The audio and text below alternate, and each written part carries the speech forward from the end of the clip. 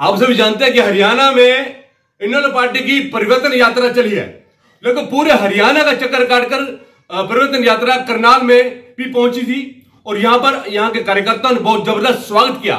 हम आपको ये भी बता देना चाहेंगे कि इनेलो पार्टी के साथ हर वर्ग का व्यक्ति जुड़ा है, बुजुर्ग है, नौजवान है, मध्यवर्ती है, व्यापारी है, किसान है, हर प्रकार का व्यक्ति इनेलो पार्टी से आज जुड़ता हुआ नजर आया है। हम आपको ये बता देना चाहेंगे कि अब जो एक बाढ़ से आई युवाओं की बाढ़ आज इनेलो पार्टी के साथ खड़ी होती नजर आई है। आइए बातचीत करना चाहेंगे जो पहले दिन से इनेलो पार्टी की परिवर्तन यात्रा में अभय सिंह चौटाला के साथ चल रहे हैं, उनका क्या अनुभव है। इसमें अन्नू सूरा है जो हिसार से हैं और का उनका अनुभव रहा है और क्या उनको लगा कि इनेलो पार्टी अब उभर कर आई है, क्योंकि पिछले 20 साल से इनेलो पार्टी सत्ता से बाहर है। अब क्या जानना चाहेंगे हम इन जो लोग हैं जो उनके साथ लगातार चल रहे हैं, जो प्रत्यक्षी हैं, जो चश्मदीद हैं, जो लगातार इनेलो पार्टी के साथ परिवर्तन यात्रा में अपने लेकर चल रहे हैं, उनका क्या अनुभव है। क्या जनता ने इनेलो पार्टी को फिर से समझा है, उसकी नीतियों को समझा है, अपनाया है। बातचीत करना चाहेंगे हम अन्नू सूरा से। देखते रहे संजीव चौहान के साथ अमर मंत्र खबर को अवश्य करें। शुक्रिया। मैडम आपका नाम? मेरा नाम अन्नू सूरा है।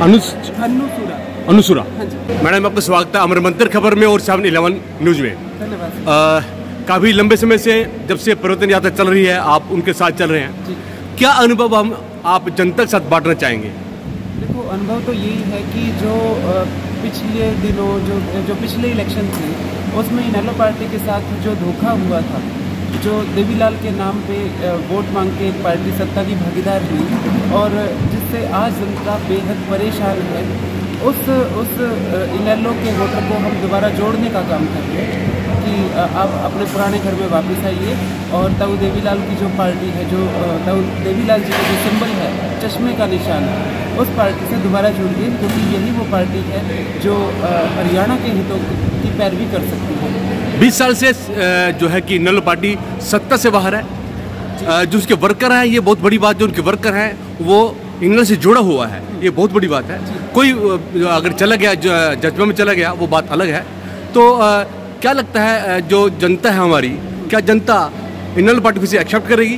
बिल्कुल करेगी। देखो, मैं बताती हूँ आपको, जो हरियाणा की राजनीति है, 2 ही पार्टियाँ होती थी, कांग्रेस, इनेलो, और जो भाजपा है वो तो है ही हरियाणा के लिए तो 9-10 साल पुरानी पार्टी है। उससे पहले तो कभी भाजपा थी ही नहीं। 1-2 सीट आ जाती थी इनकी, वैसे जैसे मतलब और कुछ छोटी पार्टियों की आ जाती है, कभी 4-5 आगे मैक्सिमम। तो यही 2 मेन पार्टी हरियाणा की रही है, इनेलो और कांग्रेस। तो जो भाजपा का भी वोटर, जो मैं मानती हूँ, जो आज भाजपा में बैठा है, या जो जजपा का तो खैर वोटर अब बचा ही नहीं है, वो भी वही वोटर है जो एंटी कांग्रेस वोटर है, जो हमेशा से कांग्रेस का विरोधी रहा है। तो डेफिनेटली जब अब भाजपा को 10 साल लोगों ने झेल लिया है, देख लिया है जिस तरह की अव्यवस्था प्रदेश में आज के टाइम पे है, तो उनके पास कांग्रेस में वो कभी नहीं जाएंगे, क्योंकि वो कांग्रेस के विरोध में रहे हमेशा। गांव में आप गांव की राजनीति को समझते हैं कि लोग कहते हैं कि हम तो 3 पीढ़ी से कांग्रेस के विरोधी रहे हैं, तो वो लोग कांग्रेस में नहीं जाएंगे। उनके लिए विकल्प और उनका घर इनेलो ही है।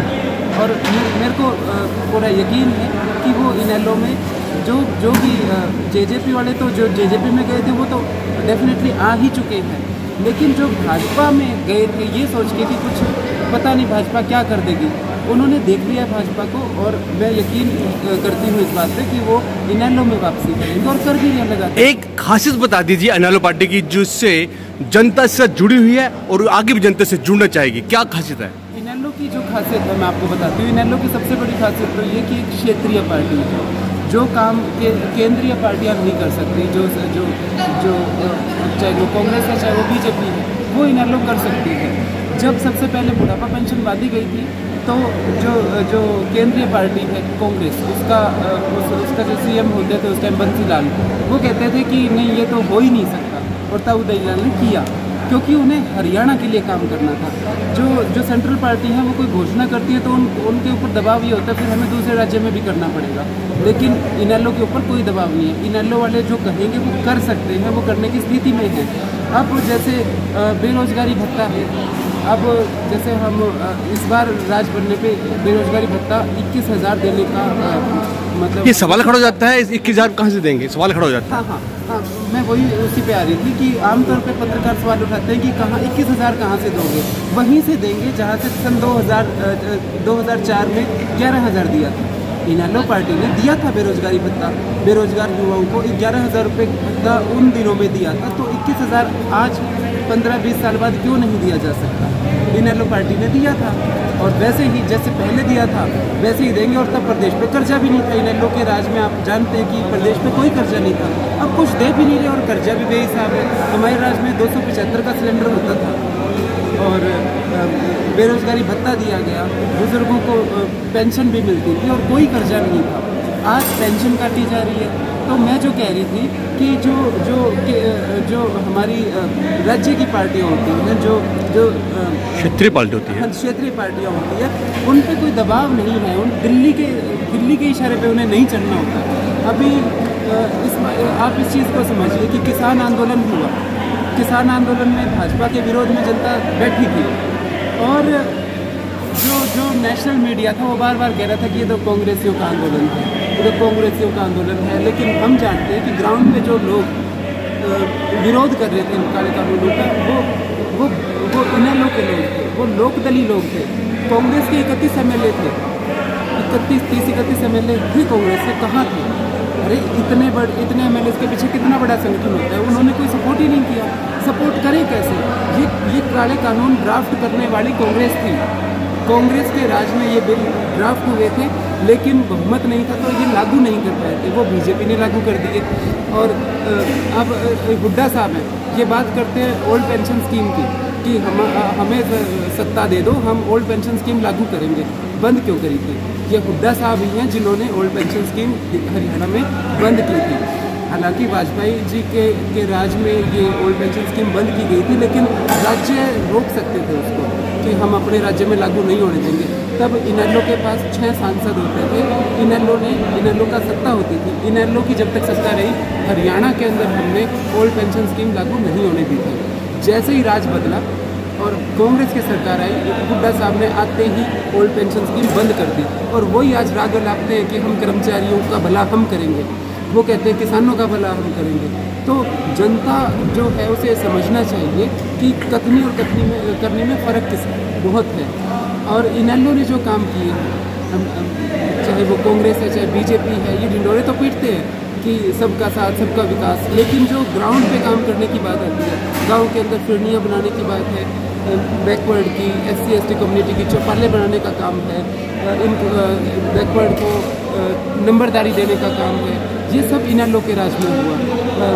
उसके अलावा बुढ़ापा पेंशन है, जच्चा बच्चा स्कीम है महिलाओं के लिए, गरीब कन्याओं की शादी में जो कन्यादान देती है सरकार, वो इनेलो ने शुरू किया।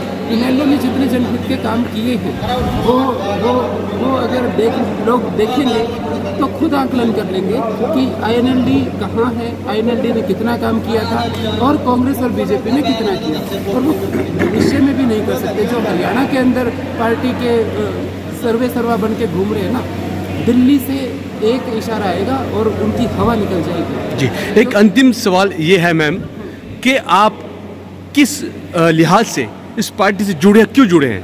देखो, मेरे तो पारिवारिक कारण भी हैं, क्योंकि जैसे होता है ना अपने यहाँ पे कि हम पुराने इनेलो पार्टी के हैं, कुछ लोग कांग्रेसी हैं पुराने, कोई भाजपा का तो कोई पुराना था ही नहीं। इन भाजपा का तो वोटर जो है ना, वो वोटर वो है जिनको लगता था कि भाई मतलब हमें तो आडा चलना है, मतलब उन्होंने भाजपा को वोट डाल दिया कि हमें मतलब जो हो रहा है वो क्यों हो रहा है। उस भाजपा के साथ की सत्ता एक मजाक के तौर पे बढ़ेगी। गांव के अंदर कुछ लोग होते हैं जिनको लगता है कि हमें ये जो बंदा है इससे टेढ़ा चलना है, इसलिए एक नया विकल्प आ गया, इसको वोट दे देते हैं। और उन्हें नहीं पता था कि देश की दुर्गति कर देगा। तुमने तो मजाक में लिया था कि भाजपा को बना के देख लेते हैं, लेकिन जो आज हालात हैं तो वो लोग जो अब परेशान हैं वो डेफिनेटली वो इनेलो की तरफ आएंगे और उनका स्वागत भी है। कांग्रेस के अंदर मैं बताती हूँ आपको, अभी जो हुड्डा साहब घूमते फिर रहे हैं कि मतलब अब की बार हम सत्ता बनाएंगे, उनको अंदाज़ा नहीं है ग्राउंड पे क्या हो रहा है। हर हल्के के अंदर, हर एक हल्के के अंदर 4-4 गुट हैं, टिकट तो एक को मिलेगी, बाकी 3 विरोध का काम करते हैं, विरोध का काम करते हैं। तो कांग्रेस को तो कांग्रेस ही मार देगी, लड़ाई भाजपा से, क्योंकि और भाजपा से लड़ाई है वो उसके कारण है, काम नहीं हुआ, जनता परेशान है। तो मेरे को पूरा यकीन है कि इस बार इनेलो को जनता मौका देगी, और मैं आग्रह भी करूंगी कि हमें मौका दीजिए। लेकर चले अमर मंथन खबर को अपने संग, लाइक करें, कमेंट करें, शेयर करें और फॉलो करना ना भूलें। अमर मंथन खबर आपका अपना चैनल।